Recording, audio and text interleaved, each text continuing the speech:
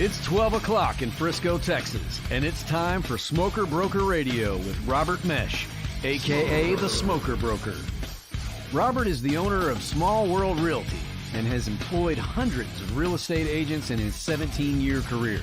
He has instructed and mentored over 10,000 real estate agents at the highly acclaimed Champions School of Real Estate and is considered an expert in Texas residential realty. Robert is also an advocate of true entrepreneurial spirit and has helped many to transition from corporate America into the world of self-employment. And now live from the studio to your world, the Smoker Broker. Hey, welcome to Smoker Broker. I'm Robert Mech, and I am the guy they call Smoker Broker. Very hard to find a real estate guy and a barbecue guy, and they do both. I've been doing both of them for a long time. Speaking of barbecue, I love Thanksgiving. I love the holiday time. Thanksgiving, Christmas, all the, you start getting into where you have a little bit of time off and, you start maybe experimenting, cooking different things. I get lots of texts with, what do you do with your turkey? What do you do? Do you only do turkey? We might actually even talk about it today on some of the show. I don't talk too much about barbecue anymore on the show because we are focused on real estate, but we might actually talk about some today just because, we are getting close. We're on that week away from Thanksgiving. I even know, Brent's on the call today, as he always is, and he was asking about, rib roast this morning. So we might even talk to him, might even help him out a little bit as he's getting ready to go through that. Happy Thursday. Hope everything's going well. Appreciate everybody who watches coast to coast, especially here in the state of Texas.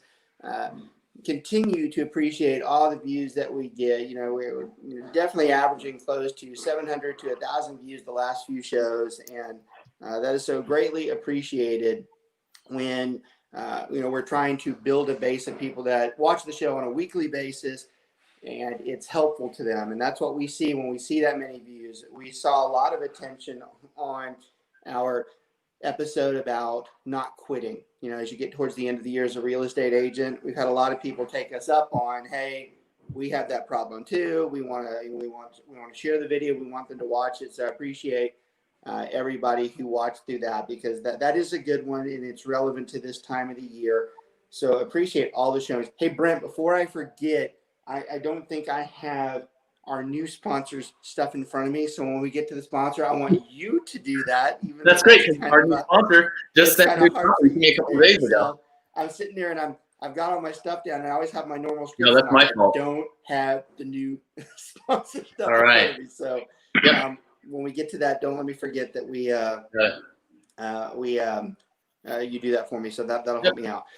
So like I said, we are getting through, starting to push through to the, and actually, before I forget too, if those guys are hammering too much back in there, I'm going to mute it and take over for me until because they're doing some loud stuff back there today. So if that happens, just kind of jump in, and I'll get back in as soon as it subsides back in there. For those of you who don't know, they're putting the helicopter landing pad on. Yeah, helicopter, right. Yeah, it would be like a remote helicopter, the little toy one that flies up and down.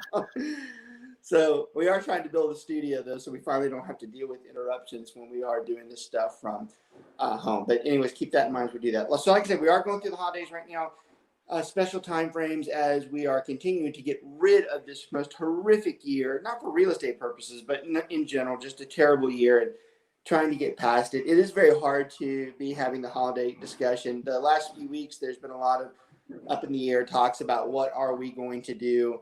What do the holidays look like? And I have to admit, for being a pretty positive guy, I was getting pretty dismal listening to every day how worse that conversation is becoming as to what the officials are telling us what to do. Not just the ho-hum or the opinions. Now we're hearing in certain states that they don't want any more than 6 people at the table. That's the first time the federal government has stepped out and said, hey, maybe, or not the federal, the state governments have actually intertwined and said what you can do in your personal life. That's interesting. First of all, it won't be abided anyways. So I don't know why they said it, but it's funny that that's what they're suggesting. There's other states that are doing if it's more than 10, they will not allow more than 10 people inside the house if they don't all live together. I don't know how they plan on enforcing anything like that, but it is interesting to see the routes they're taking to put what they believe has to be a stop to the spread of this virus. Whether it's right or wrong, or whether you believe what they're doing, it is interesting that we are dealing with that. It does affect all of us. And we are seeing family members say, you know what, I think I'm just going to call it quits for this year. I'm not going to do anything. We've seen it in our family, which is strange for a family like ours that really is not too bothered by many things. We're seeing it. It's blatant. So it's kind of dismal. I really thought we were going to avoid this after we got past the summer and we started accepting what was going on, and we figured out that, hey, look, this is just, we're going to have to deal with this. But now it's not just that. It's we're in it, and they've got bigger issues. I will say this, and it's straight up opinion, and it's not politically motivated, and it's not meant to be insensitive to anybody who has been affected by COVID.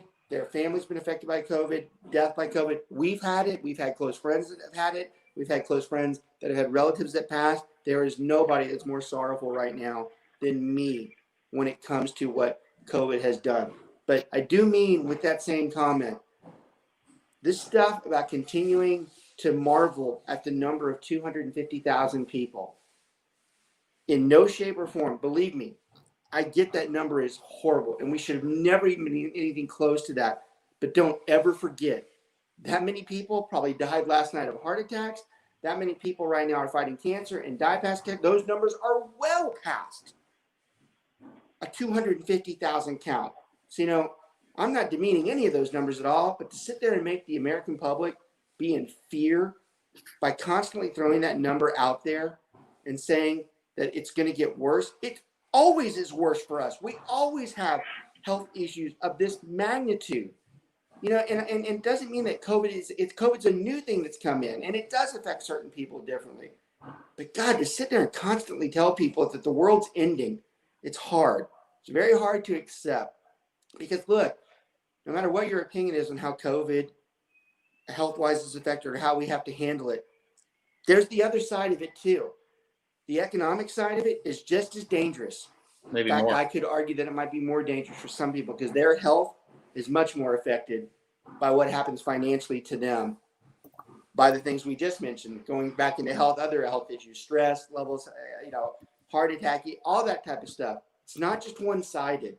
And I am surprised that we're back at this just constant marvel of that number. And again, that's not demeaning anything. I'm just as serious about COVID as anybody. But God, I can't believe we're almost in 8 or 9 months of this. And now we're back to, look, it's just going to continue to be this horribleness where it's like, it is horrible, but so is everything else that we do. It's a tough world. We live in a hard world. It's nothing that's, these aren't, we don't wake up every morning and go, yay! It's a tough world. And the stronger ones do get up and say, yeah, that sucks, but I'm going to move on, and I'm going to keep on doing what I can do to the best of my ability. And the problem right now is the best of the ability is hard to do with some of the restraints in place. Now they're talking about going back into closing the businesses again. I thought we messed up the first time we did that. Abbott just said yesterday he's not going to shut down anything. Yes, Texas isn't. A couple of the other states said that they weren't going to do it either. I'm sure some of our viewers are like, that's wrong. I'm sure some of our viewers like, fantastic. No matter what we say, it's contested. But in the general rule of what we're doing, the things that we're doing, you can only save so much by how we're pushing this stuff through. And it is amazing. And that's the point I'm making today. It's amazing that is still the general perception that is what we should do, because it didn't work the last time. Okay. And if anything, the restrictions are better in place because more people do adhere to the mask, do adhere to the distancing. Yes, I do still see the get-togethers in the party. In fact, Brent and I were at one last week where I actually made a comment. I'm like, I'm surprised that many people are in this location right now that don't have masks on. And I was very surprised by it, because I said to myself, I go, that's just a tad ridiculous with what's going on. So I get that part of it. That's not true. You had glow sticks and you were in there mingling Not with true.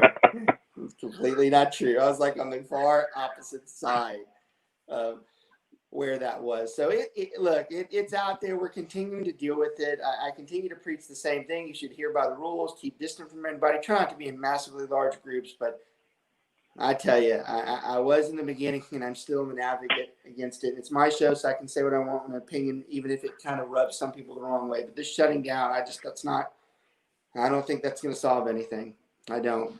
And if you're that concerned about it and where you're at, then you should not go to those types of businesses.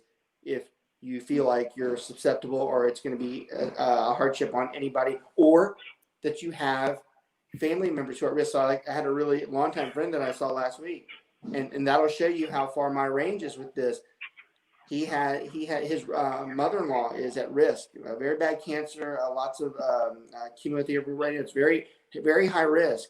And I was very respectful of him. And that's not something I'm mocking. I love him. He's like a brother to me. He was very, hey, look, I'm staying this far away. I'm like, hey, I'm right there with you. Because there are exceptions to look. This person right here is saying, I've got to be careful. We're talking about the general people out there just saying, no, I'm going to do this or I'm not going to. There's a difference depending on who you're talking with and where you're talking to them. So tough line for us to follow. It does affect us in real estate. We do have people that put their plans on pause because they're trying to look at what happened. It is nice that the election is out of the way. Well, I guess it's out of the way. I still hear good friends saying, well, I'm hoping the election still can be turned the other way. I don't think it's going back. I think they pretty much laid out what's going to happen here, but I still have some very intelligent friends that are still like, oh no, it's not done yet. I'm like, okay, I guess. So I'm going to say, I think we're past at least that. So that's one less thing we're really having to focus in on as far as people making long-term decisions. But, COVID's still out there and still affecting what we do. And we're still having to plan accordingly. So nothing's changing there, still out there. The vaccine continues to be an interesting conversation. Positive news this week. I think I said it last week, but there was more news this week again. I told our crew that a couple days ago. If you do want to find a silver lining, they're saying the vaccines are 94 to 95% effective. That's pretty damn good. I would have gone with 70%, so who knows if they're lying? Who knows if they're telling the truth? But if they're lying, they sure are lying in the correct way, because 94 to 95%, that is something that's very comforting that maybe they have figured out that they can. That's a lot more effective than I am. What's that? It's a lot more effective than I am. Sure, so. Yeah. Brent's not near 94%. No. 65 maybe. Best. Maybe. Best. Which I'll take, So you got the percentages out there, and we'll see. The next question becomes how quick can they get it out? Who does it go to? That's going to be another fight, I'm sure, about who's supposed to get it. Who's not supposed to get it? Do I take it? Do I not take it? But the fact remains that it is out there. And I did tell the crew, again, if you want to look at silver lining, how amazing is it that most of the vaccines in the history of this world took anywhere no less than short of 5 to 10 to 15 years to create. And now we've gotten to where we have so many intelligent people that they can break down what was considered the scariest virus in modern times. And here they are a year later, and they think they're able to map it out. Almost makes you wonder how they can't fix the other things too, if you're a conspiracy type of theorist or anything like that. But that's another show, and not for this one. That gets way too out of line. You start talking about stuff like that. What I am going to talk about today, and I'm excited about, because we always talk about, hardcore real estate. This is what you do. This is what you don't do. And those are great. Those are effective, and that's why people watch the show. But Brent and I were talking about it, and we were like, we need to start getting some of the crew on and talking about what their position is compared to others out in the industry, because we think that people can learn from the people that we bring in and what stage they're at, whether they're a veteran agent, whether they're a rookie agent, whether they're a rookie and they haven't done anything, whether they're a rookie and they've already established themselves and they're already moving up. We started saying we need to bring these guys in and start talking to them. And, the guy we have today, I'm just super high on. I was high on him from the beginning when I first met him. I love the fact that he originally went somewhere else, which I thought was great, because he did that he's an honorable guy, and he did it for family reasons. And I think that just speaks so well of him, because I think he really wanted to go with us in the beginning. But I love that he did it. He gave it his best effort. He didn't necessarily think it was the right type of fit for him. And then he eventually came into our organizations, which I am selfish about, because I wanted him from the beginning. I knew he had the goods. I'm usually pretty good at reading what the talent is. I knew he had the goods, and here we are. I'm going to say this wrong, Blake, because it's probably been more than 6 or 7 months or so. Mech, I hope it hadn't been a year yet. It might have been, but it's close to whatever. but he's already established himself. Everybody who knows me, I'm very pessimistic when it comes to an agent's first year. I make no qualms about it. And I'm telling everybody that's listening right now, most people who are in their first year or two, it is very difficult for them. Most people do not kill it.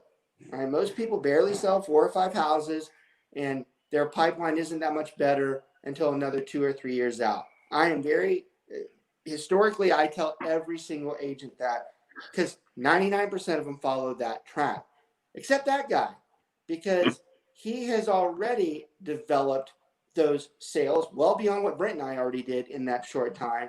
And it's not, and we're going to talk about this. Blake hasn't sold like 30 or 40 properties yet. And I mean, yet. But it's his speed as to how he's done it. But more impressive, and really why he's on the show today, is his systems are in place to where he already has the avenues ready to go get the rest of them and start building. And that's something that a lot of new agents don't do very well. So I want to first introduce Blake Sims down there. He's our buddy down there. He's a great real estate agent, up and coming, more so than a lot of other agents out there. Just a fantastic guy, too. Anybody who's watching him, anybody knows his family, anybody knows him personally, there's not one person in the world that's going to say, that guy's a jerk. I always knew he'd never make it, So he's the epitome of what we want in our agents. What's that, Brent? That's what you said about me. I did. And as much as I hate to say it, it's still true. Brent is as much crap as we give Brent is the poster child man that we want to be in for a poster child man, woman, whatever. He's the poster child type of agent that we want to really script through, and we bring him in. And Blake has a lot of characteristics that Brent does, and number one, and it's huge, it's attitude, because he's got a super attitude. He's positive about everything, and he's sharp as a razor. Brent too, and that's what we look for in the SWR group at Keller Williams. We want the talent that is outgoing, that's smart, that's savvy, and Blake exemplifies all these. So Blake, it's great to have you, my friend. Hey, thanks for having me. Talking with you. I love our conversations all the time. I don't think there's ever a time where we're talking that I'm like, that was a waste. I don't know why we had to go through and do this. Blake, I want you to tell them where you're from, how long you've been in Texas. Tell them what it is that you do for a living, because you have more of an interesting job than most. Let them know a little bit about you. Well, I've always lived in Texas. I grew up here in Rowlett, which I'm sure a lot of people know where it's at, but maybe not some. It's about 20 minutes east of downtown Dallas. So pretty much just always say I'm from Dallas like everybody else. But I, for the last few years, actually was kind of remodeling homes and working on fences and, indoor-outdoor projects, and just I've always kind of entertained the idea of being a realtor, and kind of just decided to pull the trigger on that. Since 2014, I've been pretty heavily involved in umpiring baseball at the college and professional level. So got to go all around the country, see a bunch of the country and get paid to do it, which is, in my opinion, pretty cool. But I kind of was looking for something that I could do with that. They kind of go hand in hand with each other. They're both, pretty flexible. I can kind of decide my own schedule in both of those a lot of times. So really they kind of complement each other well. And I've, just kind of decided to go all in on real estate. And so he couldn't say that any better. There's a couple things you had to catch with what he said. One of the first things we're going to emphasize with Blake, and it's bias because it's something that we preach a lot, but he's proving it to most people, so do a lot of our agents. But we're big in the SWR group at Keller Williams, especially me. I'm big on people who, and I'm not going to call Blake part-time because he's really not. Blake's not a part-time agent. Blake's full-time. Blake's always talking about real estate. His clients think that, he's full-time. He does have another job. But honestly, that he is not a part-time agent. He's always seasonal job. Say that again. Seasonal job. Yeah. Seasonal job. Yes. Yeah. Even in the season, though, same thing though. He's still doing real estate, but that's the point. We're big on dual careers. We're big on it. because we know that they can be done. We know that someone like Blake can be very successful doing real estate, but he can also do any other job that he wants, especially if it's a seasonal job. You know, another point we like to make in a lot of the real estate agents that are up and coming, service field real estate agents tend to do very well. You know, Blake talked about being an umpire, very people oriented, knows a lot of people. You know, teachers, people in the health, the health, like well-being healthcare, like hairstylists, all these people who are out and about. You know, public servants such as the police officers, firemen. These people make very good real estate agents because of their personality. And Blake has an interesting one in the fact that his isn't one of those as much as it is a different type of personal interaction from an umpire side, and a higher level one. You know, he's not talking about doing the umpire at the little league, although I'm sure he does that too. He's talking about the high end. He's talking about the guys that it makes a difference in living, what he calls. So his stress level is not the normal, oh, you're an umpire, how great. His stress level is more of the, hey, I have to get this right. You know, I'll ask you a personal question, Blake, because I've always wondered it myself, especially in recent years. You know, they finally, after years and years of debate, they finally, at the professional level and the collegiate level, I can't remember. I know for professional for sure, they finally started going to the cameras on the strike zones, and they finally started saying that, hey, you're wrong, and I can prove it, and I'm going to do it. I want to know from your side of it, I want a true answer as to what you think. How do you feel about the actual automated that they can say, look, you're wrong, you're not right. What do you think about it?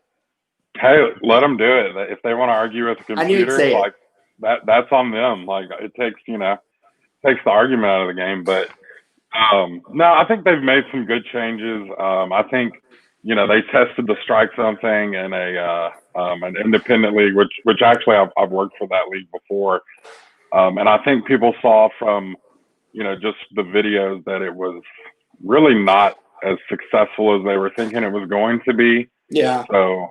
I mean, maybe with some, tweaking, maybe they can get it there. But I don't think anybody was really pleased with that, especially not batters, because it was really grabbing some pretty crazy pitches on guys, and it was just, not great. So I don't think anybody argues it is almost humanly impossible to get it right at those speeds. I mean, you've got people that are throwing well over 90 miles an hour. Hell, I'd argue 80 to 70 miles an hour is hard enough to say, hey, look, did that thing come in right? And so I've always been conflicted with this.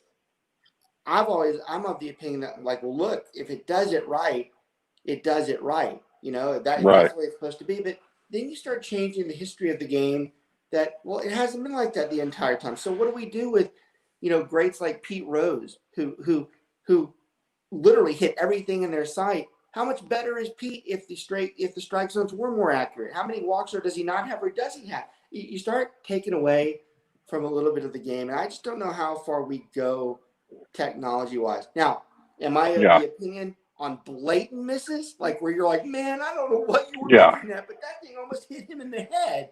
Yeah. I'm a fan of that. I am. Sure. Yeah, it happens. That's what they're trying to do. I think they're trying to just get the, oh, man, you're not even close. Yeah. But it's like you said, some of the ineffectiveness has been, now if it's even close, I'm like, hey, that's not what they didn't design that thing for.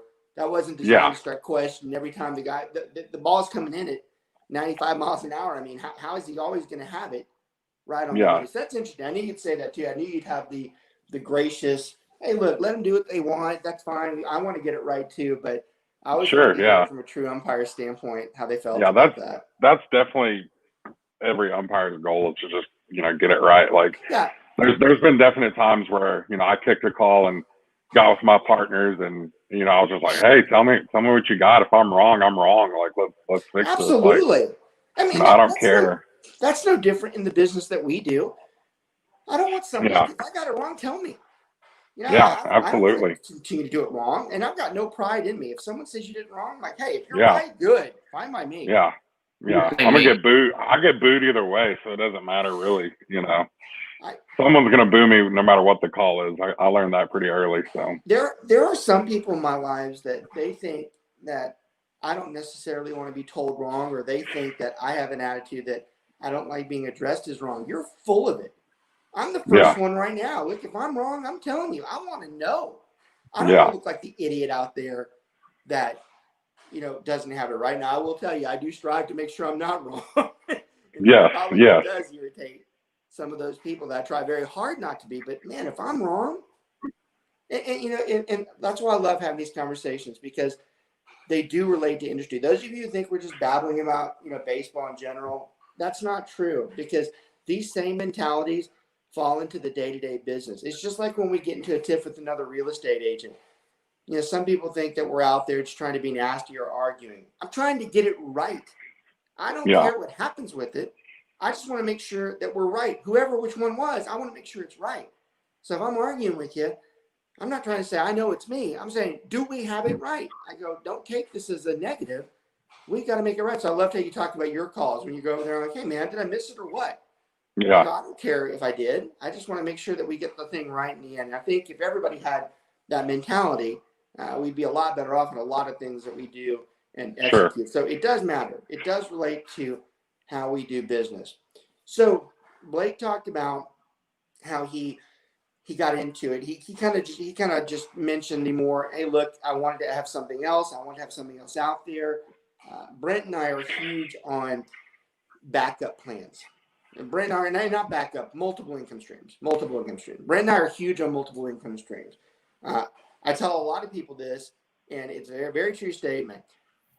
SWR was created as a multiple income stream. It was created to make sure I had a backup in case I wasn't producing very good when we originally started years ago. Because when the market was like doing this, I was like, oh, I better have a backup. I need to have people that work with me just in case I'm not doing bad, they're doing good. It balances. Well, obviously SWR became very successful and became a very strong real estate firm in the country, but it still was built as a multiple income stream and as an alternative.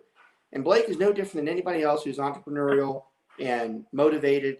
They know that no matter where they're at, there's always something better, and there always should be something else that they're pursuing. I'm not the biggest fan of doing one thing and one thing only from a work perspective. That's very difficult to think you've got what you're doing the rest of your life right here, and it's right in your cradle, and that's the way it's going to be. I don't believe that, and I think that everybody should be looking at an alternative. Blake's the first one to tell you he's not doing this so he can get out of umpiring. He actually enjoys the umpiring, but is there a possibility at some point that's what he does? Sure. And I can tell you on the side, I already know he's going to. No matter who he's employed by from an umpire standpoint, the guy's a good real estate agent. You're going to lose him at some point. He's just too good. So whoever he's employed by, he's just too good at what he does. But as long as you can keep him, you're lucky too, because it's good to have that type of assets in your work atmosphere or whatever you're doing in there.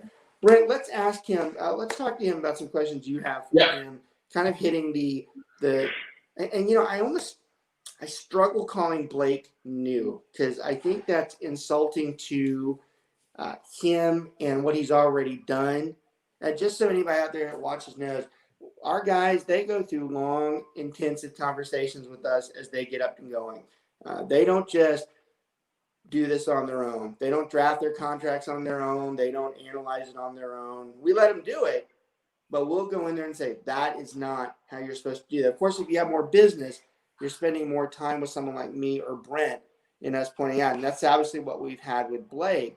So it's hard to say that he's new, because he's already at a point where he already knows what's right and wrong. Most of the time when Blake sends something into us, we're like, well, yeah, he already knows that's not the way it goes. So it's hard to call him new, but industry-wide, he's a fairly new guy. Now, I also want to put a staple on any of Blake's clients that happen to watch this.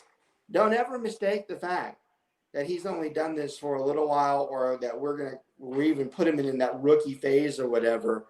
He's beyond that. Because first of all of our agents don't fall into that, because they still have to go through one of us to do your deal. So anything legal, from contractual or overview or analysis, that all comes from us and our agent too, but we're the ones who sign off on that. So you can sit there and say someone's new. They're only new by perspective as they haven't done this as long, but they're still going through an experienced time frame where everybody else is saying that's the way it is. But he is the one that typically is learning from that. So to sit there and suggest that he's new is, first of all, ridiculous. Any client that's out there that's going to be a client of Blake's, they're very fortunate to have him. And anybody who knows Blake knows that. They're fortunate to have him because he's that good. He's that good at what he does. I have him personally forecasted beyond probably what he thinks he's going to be forecasted. in 2 or 3 years. And that's not something we say about all of our agents. We know the certain ones can do exactly what we think they're going to do, and then we know others have massive potential. And Blake is certainly one of those. So I want to make it clear before Brandon starts asking questions that are newly related. There's nothing new about Blake. It's more just a positivity that anybody else is coming in, they should be motivated that he started quick. I guess I can too if I do the right things. All right, Brent, text him a little bit. So Blake, I mean, we're not going to name your old brokerage or anything like that because we don't. Yes, good. Sure. Thank you, Brent. Thank you. But one thing that I'm curious to know is what was it about the SWR group that was intriguing to you, especially when I'm sure you knew that you had potential. You had a lot of potential inside of you already. So what was it that made you hang your hat here? Really, honestly, it was just the fact that, I met with Robert when I was, going through the classes and everything. And then, made the ultimate decision to try something else for a little while. And, really Robert kind of, stuck with me and would, check in on me from time to time and, would, follow, anytime I had any kind of transaction, he was always, loving it on Facebook and, reached out a couple times and even said like, hey, anything you need, any questions you have, you can still always ask me. And, it just kind of said a lot about him that, I wasn't even one of his guys, put money in his pocket, but he was still there for support and stuff. And then I just kind of felt at one point that it was just kind of time to make the move and just kind of sent him a text. And I was like, hey, I think it's time to make that phone call. And he was like, I've been waiting for this text. So it was, that's true. So Blake, it's funny. Brent's interviewing you. Brent, you should be taking notes as to what Blake said. Listen to the things that it triggered to him that were important. You should be doing the same thing. Which I know he is. It's something that I appreciate that Blake said there too, because it's true. That's exactly what I do. And anybody who knows me would know this is a genuine statement. There are people who are watching that are like Blake that I do the same things with. That is completely genuine. Whether Blake ever came with me or not, it wouldn't matter. Even if it was 5 years down the road, I would still send him those because I don't just send that to someone because I hope they come on. I actually send it because there was something that I thought was interesting between us, and it makes me want to continue to send those types of things. And he's also right about another thing too. When he sent me that is exactly what I said. I've been waiting for this text. I have been, because I truly am happy when I think someone's aligned with what's best for them. Most of my crew will tell you that there is a very good path between the relationship that we have together with them. We're not bringing them in, offering them something better or greater. And what we're offering them is the experience and the support and the friendship that they need and a comfortability level that you won't find anywhere. Mentors are fine. You can go get mentors all you want. You go to a real estate company and have your list of mentors or anything. If that mentor is not 24/7 and where you're not comfortable calling them, then they're not a mentor. They're not a mentor in the least bit. Every one of my crew will tell you when they pick up that phone or they text, they know good and well that they're not the least bit concerned about asking me something or Brent something. They'll do it immediately. They know I'm not going to roll my eyes. They know I'm not going to bitch about it. And the more so they know I want to get it done ASAP for them. So I love how he said that because it's an absolutely true statement on what we're trying to encourage as we build someone like him, because in the end, he's the one who benefits from this. He is the one who benefits from the comfortability that if he doesn't know, he asks, and he's very smart enough to know that he does ask the question, so he gets better and better what he does day to day. So, Blake, can I ask you, how did you do it, right? Like, I mean, I know obviously we're not at the finish line, right? You're just getting going, but what did you do to get your business off to such a quick start? I mean, was it just sheer intimidation where you just threaten your clients that if they don't go with you, then you're going to beat them up? Or, I mean, really, honestly, just, kind of networking with my friends and, just kind of expressing to them that, I wanted to take care of them and take care of their family and friends and referrals. Just kind of knowing a bunch of people, I think, is kind of played a big factor and helped. Obviously social media is a big one. Kind of just having a good support team around me. My wife, she does a lot of marketing for me. She's, fantastic at it. And I think that's kind of helped a lot. And really just the team I put around me, just kind of like all the way down to my lender, he's great. When I send him people, like, they instantly feel comfortable with him, and I think it just kind of matters about the team you put around you. And my title people, they're really good with helping people understand what's going on. So all right, I want to stop him right there, because he has so many things that I want to talk about right now, and I don't want him to overshadow his business partners. But I'm gonna tell you one thing he said too. We talked about having takeaways from the show. We were really big about you getting takeaways. Every time we do a show, we want there to be a takeaway. One of the biggest takeaways you're going to get from Blake today, out of the many, is what he just said about his wife. His wife is involved with his career. Not only is she involved with it, she's motivated by it. She encourages him. She is out there beating the pavement down for him as well, because she is supportive.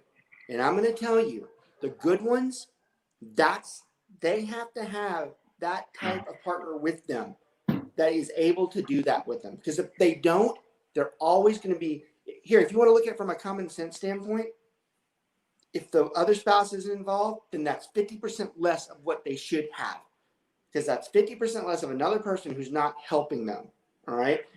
Now, I personally, get to see a lot of Blake's life through Facebook, which is where Facebook does have some advantages. So I haven't personally met his wife, but I can already tell you the way she is by the way she is on that Facebook. I don't have to meet her to know her level of support to him, because it's like beyond 100%.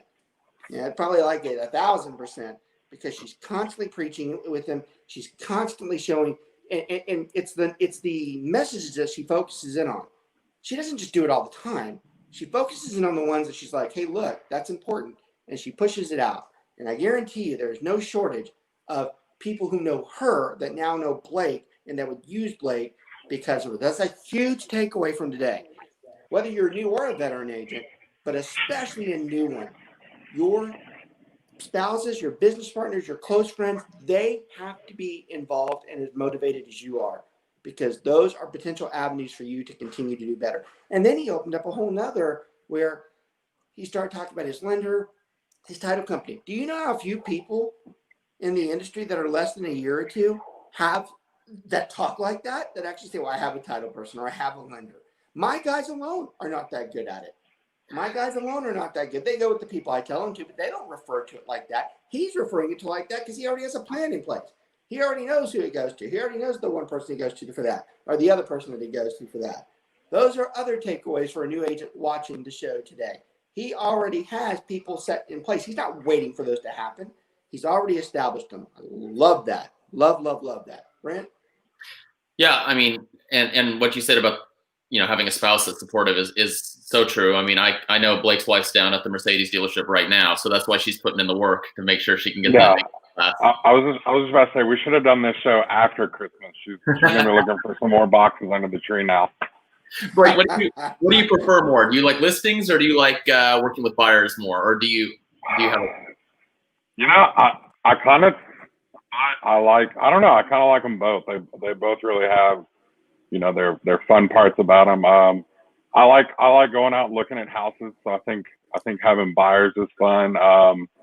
But really, I think it's just the excitement for both parties. I think it's really fun to see buyers, buying their home or buying their first home or, whatever home it is, their forever home. I think it's fun to see their excitement. But on the flip side, I think it's fun to see sellers, not realizing that they were going to get quite as much for their home as what they did. So to kind of see their excitement, like, oh, wow, we've done really well. We've got X amount of dollars to do this now. I don't know, just kind of the excitement and people kind of, I don't know. It's kind of hard to say which one I like more. Well, Brent, we need to help him a little bit. So Blake is a product of a very good market right now. And the great thing is, when the market eventually goes down, which we don't see it anywhere in sight, but if it did, he would thrive in that market even better because of his empathy.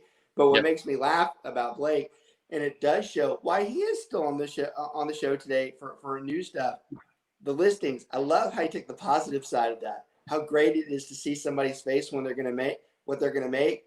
Now, Brent will tell you when he got started. That was the other look. Their impression was, good Lord, I want to kill you right now, or I want to shoot you or slit your throat and bleed out, because it wasn't as pleasant as that. But here's the great part about Blake, of the many things. He thrives in either of those markets. He thrives on the one that's really good. But I promise you, even though he hasn't been in a bad one yet, he'd be very good there too, because he would say the right things. He knows exactly what to tell that person from a competent standpoint and a personal standpoint. I'm telling you, that's what it takes to be a good real estate agent. I say this all the time. You have, and especially when we're looking for real estate agents, you have over here the people agents, the bubbly, the hi, how are you? The social. Everybody wants to talk to that person because they're just great. And how can you have a negative experience? So that's a good real estate agent, okay? The problem with this one is they get walked over like a ton of bricks all the time, and like a doormat. People, if they start going after them, if they're hardcore with them, they shatter. So you have that one person over here, okay? Then you got the jerkweed. You got like the one that's smarter than anything, but just an absolute jerk. You don't want to even talk to this person because they're so bitter and spitting vinegar all the time. You talk with them. You love the smartness, but you don't love the attitude. What we want is the one that's right in the middle. We want the one that's personable, that's able to have conversations, be social, but they're also ones like, how about I had enough of this? We've gone too far with this. This is way out of line. It's not professional. It's not smart. We need to do this. And that's what this type of guy, that's what this type of guy does. That's what we're looking for in an agent. And I say that because the way he just responded is living proof of it. He hasn't been in a bad market yet, but he knows that how to respond to either one of those. That's what we want in our real estate agents. That's what any broker wants in their real estate agent. They want one that has all of those components. There are some people that will tell you that I am the nicest guy in the world. There are others who'd be like, my God, he is the worst person in the world. And the ones that say he is the worst are the ones that I had to lay it down on. And believe me, if I had to do it, it was for damn good reason. There is nobody that I get set off on where I did it just for the hell of it. I am not that type of person, but believe me, I've got it in me. And the fact that those people know that gives you a little bit of respect when you're out and about, knowing, especially in the real estate world where your reputation precedes you, they have to know that you're not some jerk, but they also have to know, I wouldn't go too far with that on him. He knows how far he's going to let. This is the guy that does that. That's the type of person we're looking for. Yeah. Do we want to get into our sponsors now, or do we want to do that? Yeah, do it now because I'm going to forget. So do it. We got about 10, 15 minutes. Yep. I'll do Martin, and then I want you to do our insurance over there. So we have two sponsors that we're always very grateful for on the show. Like I said at the beginning, we talk a lot about sponsorship on the show. We average anywhere from 500 to 1,000 viewers a week. The show's not watched live very often because it's hard, during lunchtime for people just to stop and say, oh, I'm going to watch the show. But we have a lot of archive watch. We have a lot of people that come through on the back end and say, that was a topic that we wanted to watch. And you'd be surprised how little we ask for in a sponsor and what they get for it. So the first sponsor we have is one of our home inspectors, Martin Cooley with BPG Inspections. Longtime partner with us. We give choices. We don't just say you have to use Martin, because we have to tell the general public that you can choose whoever you want to. But, we kind of egg them on a little bit, saying, look, we've never had one problem with this guy in all the years that we've had him. He's got a great bedside manner. He doesn't scare people. He tells it like it is and tells them what they probably should or should not do. We're very comfortable having him as a friend and a business partner. That's Martin Cooley with BPG Inspections. His number is 817-401-3240, right there at the bottom, 817-401-3240. He is part of the Fidelity family, and they're just a great guy, great sponsor. Martin, always appreciate everything that you do for us. Brent's going to talk about our second sponsor. Yeah, so our second sponsor is Greg Holdberg, who happens to be my father. I was going to say no relation. That's all right. He is with he's with Liberator Health Insurance, and Liberator Health Insurance has plans that allow you to see any doctor and to go to any hospital in or out of network. You can save 40 to 60% on your premiums. Liberator just insured a single mom with 2 kids with great benefits for under $330 per month. These plans offer the largest PPO provider network in the United States that covers hospitalizations and surgeries, doctor visits, preventative health screenings, teledoc, x-rays, MRIs, labs, emergency rooms, urgent care, and much more. As an independent broker agency, Liberator works with some of the best insurance carriers in the industry to get you the most coverage at an affordable monthly premium. For more information and to get a quick quote, call or text Greg Holdberg with the Independent Health Insurance Broker at 214-886-4688, or visit us at liberatorhealthinsurance.com. Yeah, and I'll give a personal response to Mr. Holberg. It's hard to find good people in the world. It's hard to find competent people in the world, and he's got both of them. The living proof is the guy next to me. I make fun of Brent all the time. I give him a hard time, and he pretty much does the same to me. But there's nobody else I would rather running my firm. And I don't even like to. I almost don't like to say it's my firm as much as it is his too. And that's a product from Mr. Holberg over there. So if the guy can make something like that, I'm pretty sure he can do pretty good with your insurance as well. So I was a doctor. Always appreciate having him as a sponsor too. All right, Frank, go ahead and finish up. Yeah. Let's hit him with a few more Yeah. things. So yeah, we got a few minutes left. One thing that I'm sure everybody wants to know, Blake, what advice do you have for new agents that come in? Like we all enter the market at different times, different phases, and we all did different things. I was more of a slow start one. Robert, don't say anything. But what would you say to new agents or people that want to get into the business and they want to say, okay, I want to do what that guy did? What can they do? Well, I would just, recommend that they, kind of do their homework when they're picking, their brokerage, and they join, the SWR group for sure. Of course, no. But no, I mean, really get comfortable with where you're at. And, I'm blessed to have you guys. I can really lean on y'all whenever I need. I'm also kind of fortunate. My stepmom is also like a rock star agent, and she's, really helped me along the way too. So that, I've definitely got to give some credit to her and the success that I've had. She's, been fantastic. And Blake, I'm thankful for you to say that too, because we know that your relative is at another firm, and we are grateful to that particular person. I mean, you and I both discussed, it's hard to not necessarily be with family, and that's certainly not a reflection of them. I mean, and I'm going to tell you, just in case she's watching it all, there's nothing that he doesn't say how great you are to him. Nothing. He has never. I think it's harder for him just to switch than it was how much he appreciates your guidance. So that's actually a genuine statement too.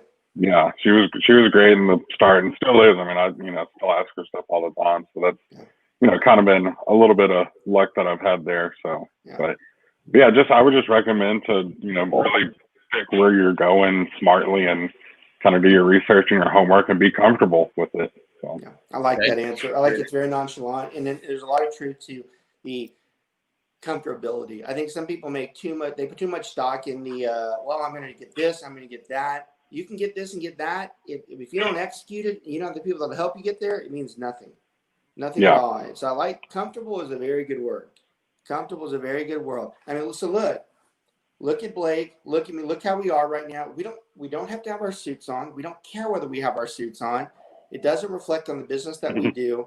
We want to be just like anybody else out there that knows what they're doing when it comes to real estate. So there is something to be said about comfortable. If I wanted to be the persona that I'm supposed to be, I'd have this really ridiculously ritzy suit, and I'd have this ridiculous, I'm not like that. Never have been, never will. That's why I do push the smoker broker thing more than anything, because I want people to understand I am just as genuine as I come out there to be. I have had a lot of experience dealing with people in my life. I've been in executive careers. None of that means anything to me.